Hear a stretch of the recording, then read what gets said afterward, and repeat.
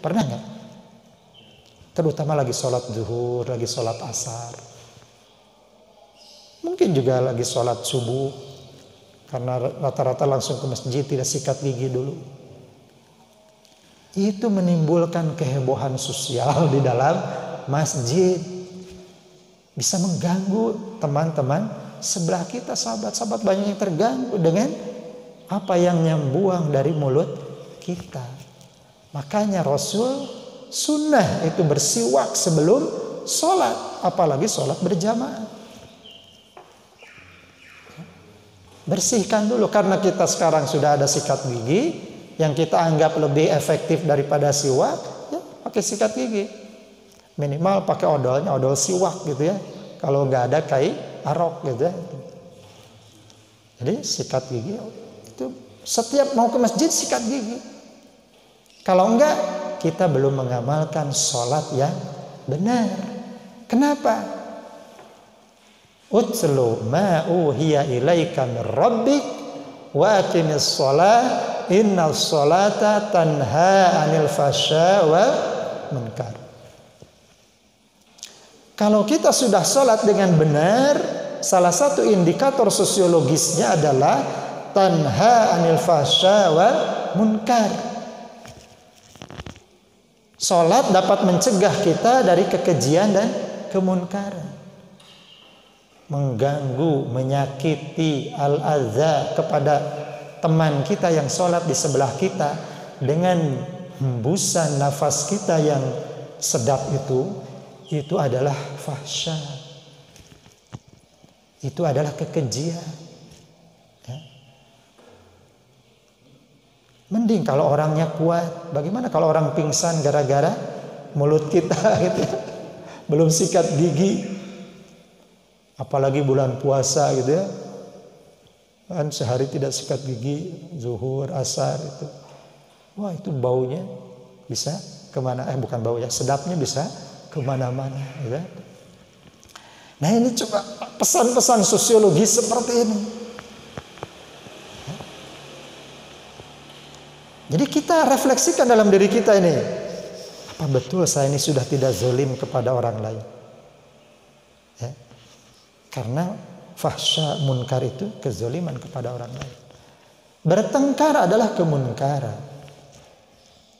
Bersih tegang antara berbeda mazhab, berbeda ormas, berbeda parpol, berbeda kampung, berbeda etnik, itu adalah kemunkaran.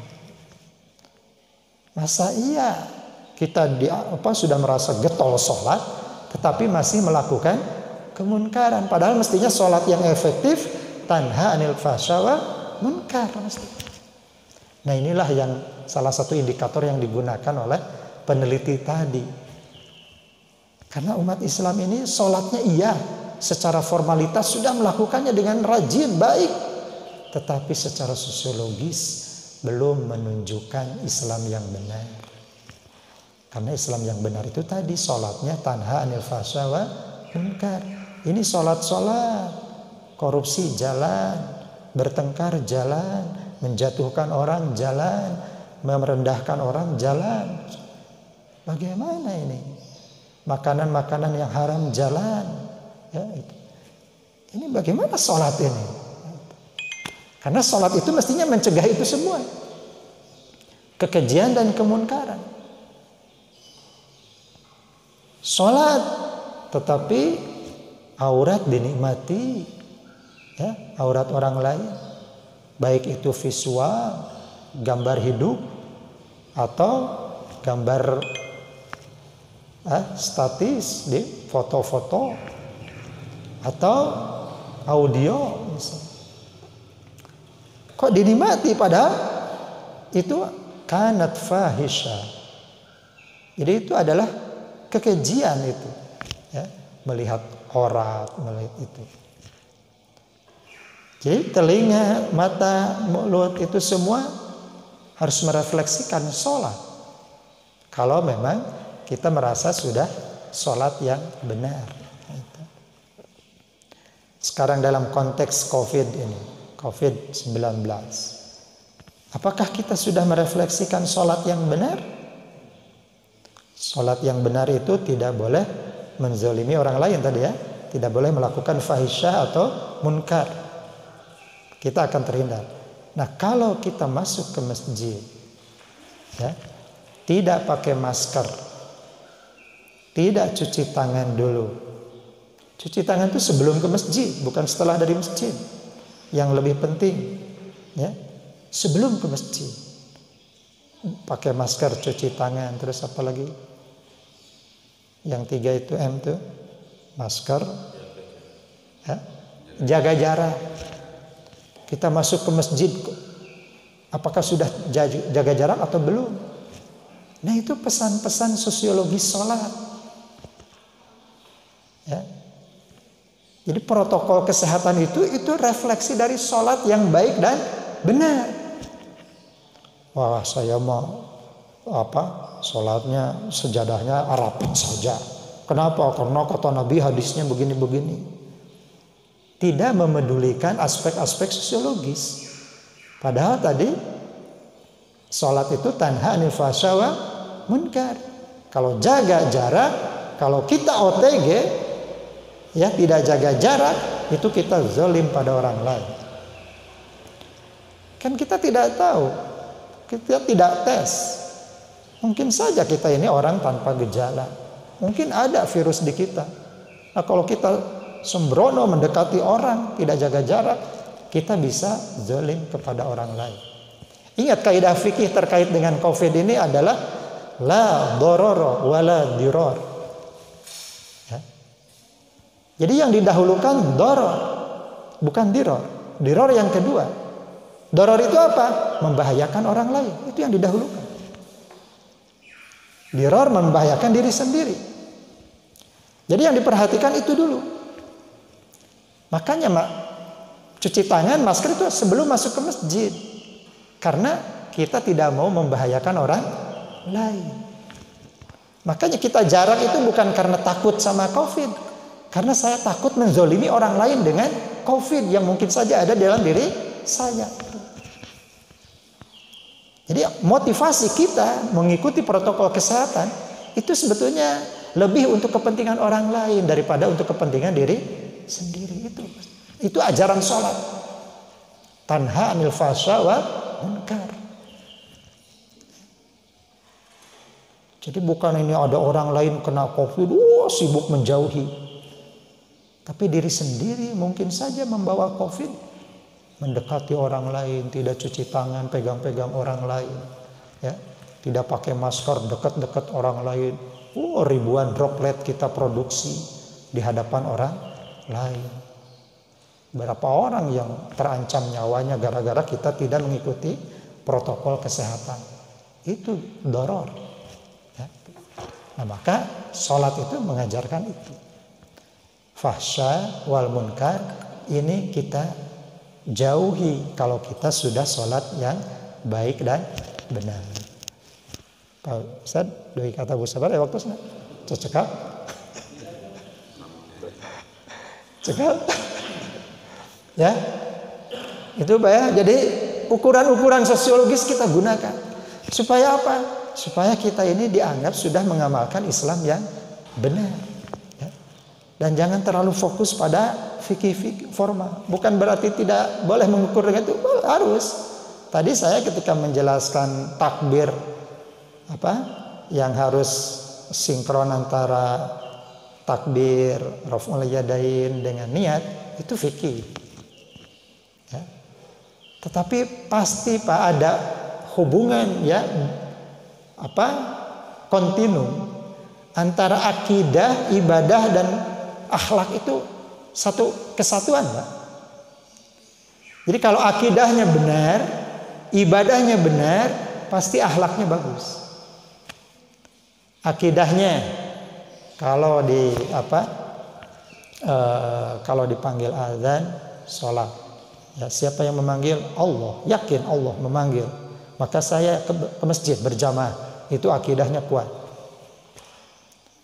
Dan di masjid apa? Sholat. Saya berusaha sholat sesempurna mungkin, mengikuti 17 atau 13 rukunnya, syaratnya dan seterusnya dipenuhi. Supaya sesuai ukuran-ukuran ibadah. Yang itu patokannya fikih. Ya. Jadi ini kita maksimalkan sesuai. Ibadahnya berarti benar, akidahnya benar, ibadahnya benar. Nah terus akhlaknya juga harus benar. Itu otomatis. Kalau sholatnya benar, pasti tanha anil fahsya wa munkar, akhlaknya bagus. Jadi itu satu kesatuan. Jadi kita tidak bisa mengaku, wah saya sudah sholat dengan baik dan benar sesuai dengan fikih, kalau akhlaknya masih suka menggunjing, suka berbohong, suka merendahkan orang lain, suka bertengkar. Nah, itu berarti kita belum sholat yang benar. Karena itu mah satu garis lurus itu. Akidah, ibadah, sholat itu satu kesatuan. Kita nggak bisa mengklaim hanya satu. Sebagaimana kita tidak bisa mengklaim, wah saya sudah berakhlak baik. Kenapa? Karena sudah bagi-bagi sembako, saya sudah bersedekah. Tapi tarah sholat itu enggak. Ya, enggak bisa. Akidahnya menganggap ada Tuhan selain Allah, itu enggak bisa. Jadi ini harus satu kesatuan. Ya, ada dalam satu garis kontinum antara akidah, ibadah, akhlak. Itu satu kesatuan. Puasa, ya, ini perintah Allah, akidah, saya puasa. Puasanya sesuai dengan prinsip-prinsip Al-Quran dan Sunnah. Dari jam berapa sampai jam berapa, dan bagaimana adab-adabannya diikuti dengan baik, ibadahnya bagus. Akhlaknya diikuti dengan baik.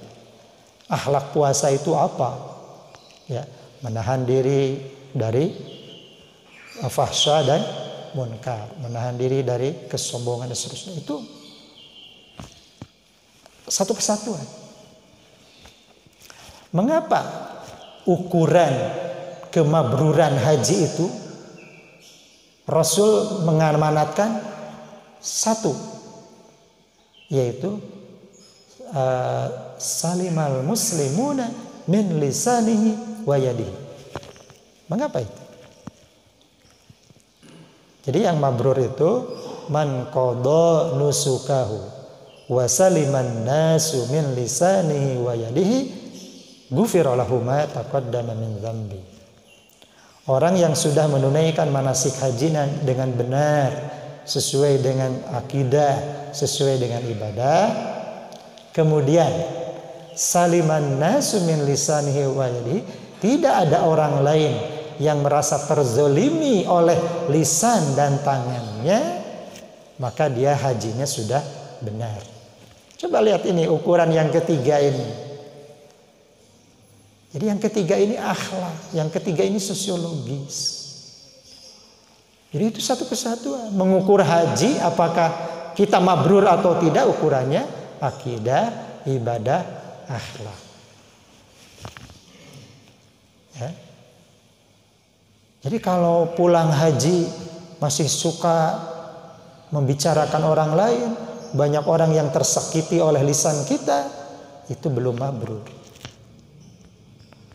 Pulang haji memang suka memberi, ada yang memberi, ada yang meminta kepada kita, lalu kita beri, tapi sambil menyakiti gitu ya. Tah lemok sia. Nah itu gitu. Ngasih nama tapi dengan lisan yang menyakiti. Maneh mah lain digawe, tah lemok sia. Jadi ini belum saliman nasu min lisanihi wa yadihi. Nah itu coba ukuran. Dan semua ibadah Pak, semua kegiatan agama kita itu ukurannya itu 3. Akidah, ibadah, akhlak.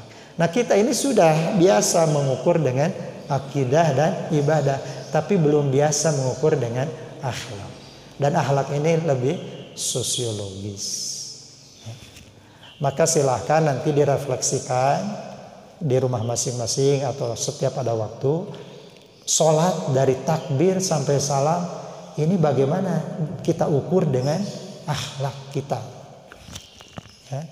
Kita ukur dengan akhlak kita dari takbir sampai salam ini seperti yang kita tadi lakukan. Puasa kita ukur, ya, dengan akhlak kita. Apakah dengan puasa ini akhlak kita semakin sempurna atau tidak? Ya. Dan ketakwaan itu sebetulnya ukurannya 3 ini. Jadi kalau kita bertakwa itu ukurannya 3, akidah, ibadah, akhlak. Saya kira itu saja Pak untuk hari ini, terlalu siang ya. Silakan kalau mungkin ada mau tanya jawab dulu, boleh? Mangga. Assalamualaikum.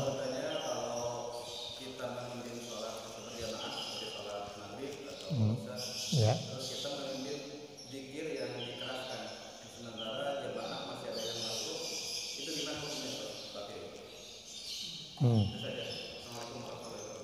Ya. Nah, itu juga tergantung kegiatannya ya. Memang Rasul pernah ditanya sih ketika ada orang sholat, kemudian ada yang sedang diskusi.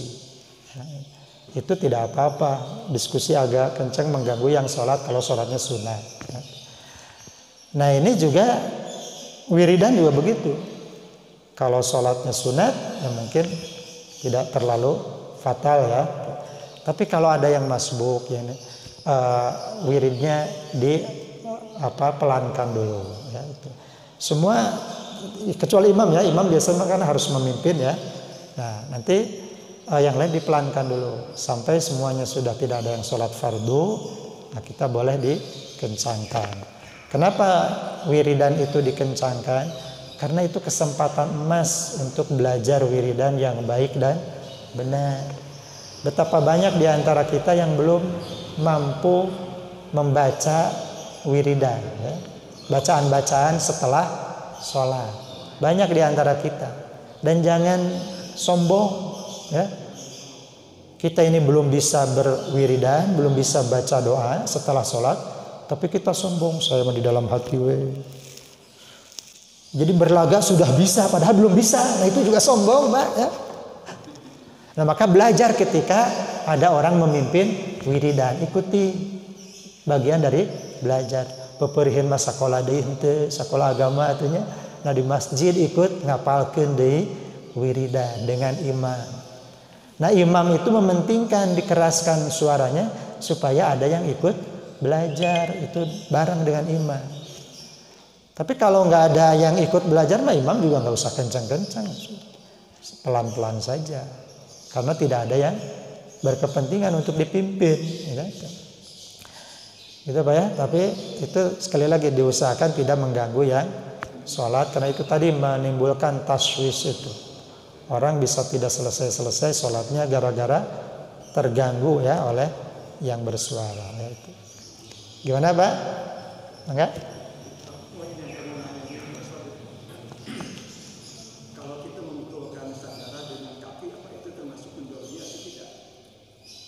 Apa sajadah kita sendiri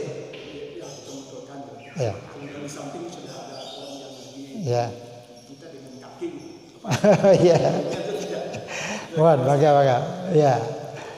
Nah itu kembali kepada uruf ya, uruf kan kita ini amar ma'ruf, perhatikan ya, ma'ruf itu artinya sesuatu yang dikenal lumrah sebagai baik. Arafa itu artinya tahu.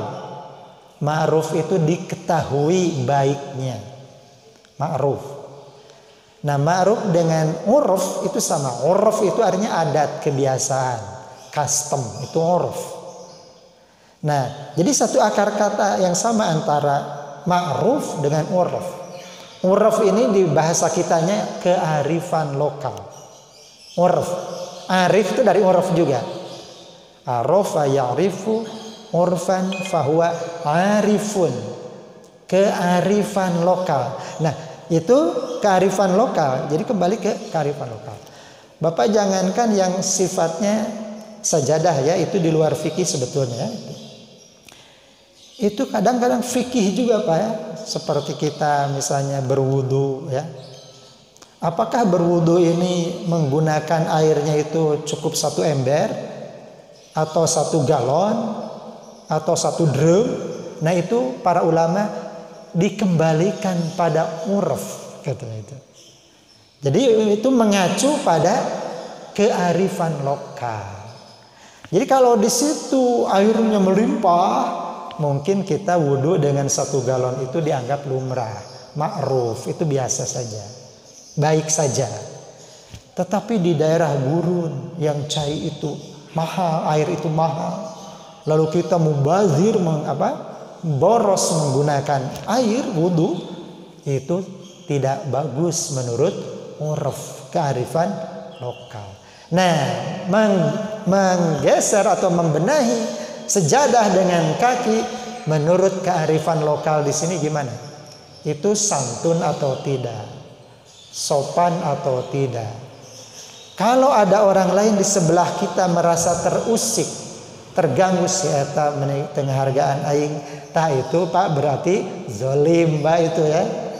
Jadi kalau ada yang terasa terganggu, ada yang merasa terganggu, si eta suku kahareupeun aing kana hulu aing, menerekana irung aing. Pada ada orang sedang sujud, kita membenahi sajadah dengan kaki, ini seolah-olah akan menendang hidung orang yang sedang sujud. Nah itu, kalau itu menimbulkan al-adza, menyakiti orang lain, itu bisa termasuk kategori zolim pada orang lain. Tetapi kalau orang misalnya di daerah tertentu, taruhlah misalnya di daerah Arab, itu di daerah Arab itu kaki ke muka itu mungkin nggak apa-apa itu, ya, itu nggak apa-apa. Tapi kalau tangan ke pantat orang Arab itu marah besar orang Arab misalnya, ya. Suka lihat orang Arab dipegang-pegang kepalanya, ya, dipegang-pegang kepalanya aman-aman saja, baik-baik saja, nyaman-nyaman saja. Tapi kalau dipegang pantatnya marah dia. Balau sih aku. Kalau ada mobil mau tabrakan ya, saya sering itu di Arab itu, ada mobil mau senggolan gitu, lalu sopirnya itu pegang janggotnya. Itu apa artinya? Minta maaf, saya hormati Anda dengan janggot. Jadi orang lain dipegang janggotnya itu atoh, Pak. Orang Arabnya. Tapi lamun urang sok janggot dicowok ke batur, embok nu balosian. Nah itu apa Pak? Itu kearifan lokal, itu uruf. Nah jadi tergantung itu, ya, membenahi sejadah dengan kaki itu menurut kearifan lokal gimana, itu bagus atau tidak? Itu santun atau tidak? Kalau kira-kira mencederai kesantunan, ya jangan dilakukan, karena itu bisa menzalimi orang lain, ya itu. Jadi uruf ya. Jadi kembali ke uruf Pak yang seperti itu mah. Ya, kembali. Di daerah tertentu ada di Amerika Selatan itu Pak, itu kalau ketemu itu Pak meludah, saling meludah. Cuh. Baru itu ketemu, cuh. Nah, itu apa artinya? Tanda saling menghormati Pak. Nah itu uruf namanya Pak. Kalau kita ketemu meludah gimana itu? Cua itu Pak, benci ya. Beda Pak ya? Sangat berbeda dari daerah ke daerah. Punya customnya masing-masing, punya kearifan lokal masing-masing. Nah itu diikuti, ya, karena itu bukan bagian dari prosedur sholat itu mah, ya. Tapi kalau yang fikihnya, yang di dalam sholatnya itu nanti ikuti prinsip-prinsip fikihnya. Itu pun berpulang pada fikih mana yang berlaku di situ, ya. Nah fikih juga makanya kembali kepada uruf tadi, seperti wudhu itu kembali kepada uruf, itu karena fikih juga memerhatikan kearifan lokal, ya. Fikih juga memerhatikan kearifan lokal, ya. Itu dan misalnya ada di dalam fikih itu misalnya ukuran hasta. Apa hasta itu? Ini hasta misalnya. Lalu ditanya para ulama, loh ukuran hasta itu berapa? Nah itu kembali kepada standar kearifan lokal. Lamun orang Jepang mah leungeunna teh para rondo, ya. Da nanti badan oge para rendek, badan pendek, ke tangan pondok, itu lengan hastanya itu. Nah sekarang beda standar hasta orang Jepang dengan orang Inggris, itu beda. Maka ahli fikih, bagaimana kita mengukur dengan hasta, dengan kaki, kan ada yang berapa kaki, berapa hasta. Itu kembali kepada kearifan lokal itu. Dan banyak? Mangga ada yang lain lagi? Panasnya? Sekap? Kirang langkung abdi nyuhungkeun dihapunten ya. Mudah-mudahan kita semua terus berusaha untuk menyempurnakan keberislaman kita dan kita terus mengukur kebenaran kita mempraktekkan Islam ini dengan 3 perspektif tadi, dari segi akidah, ibadah, dan akhlak. Mudah-mudahan kita semakin bersesuaian dengan syariat Allah Subhanahu wa taala. Wabillahi taufiq wal hidayah, wallahul muwaffiq ila aqwamit thoriq. Wassalamualaikum warahmatullahi wabarakatuh. Demikian Bapak Ibu sekalian, tausiah yang telah disampaikan oleh Bapak Profesor Dr. Kiai Haji Dindin Sholahuddin MA, yang bagaimana kita masih banyak kesalahan-kesalahan dalam sholat, bagian refleksi dan muhasabah kita, bagaimana kita terus memperbaikinya. Ya, mudah-mudahan ini menambah ilmu untuk kita dan bisa kita praktekkan dalam kehidupan sehari-hari, terutama tadi masalah akidahnya. Kalau sudah akidahnya baik, ibadahnya baik, maka akan terrefleksi, akhlaknya juga akan semakin baik. Berarti jika hubungan kita dengan Allah baik, akan terrefleksi habdum minanas di antara kita adalah semakin baik. Terima kasih kepada Profesor. Terus kita ramaikan dan makmurkan masjid ini. Kulit kita semakin hari semakin tua, kita gitu dengan akhlak dan semakin mulia. Allahumma rahamna bil Qur'an waj'alhu lana imama wa nura wa huda wa rahman. Allahumma dzakirna minhu ma nasina wa 'allimna minhu ma nasina warzuqna tilawatahu ana al-laili wa atrafan nahar waj'alhu lana hujjatan ya rabbal alamin. Salatullahi wa salam ala man uhiyal Qur'an. Salatullahi wa salam ala man uhiyal Qur'an wa ahli baitihil kiram wa sahbihi dhawil Qur'an wa ahli baitihil kiram wa sahbihi dhawil Qur'an. Allahumma salli wa sallim wa barik alaihi. Abdi ge ngange jaket ya karena nuju demam Pak Kiai. Jadi sanes kirang sopan. Assalamualaikum warahmatullahi wabarakatuh.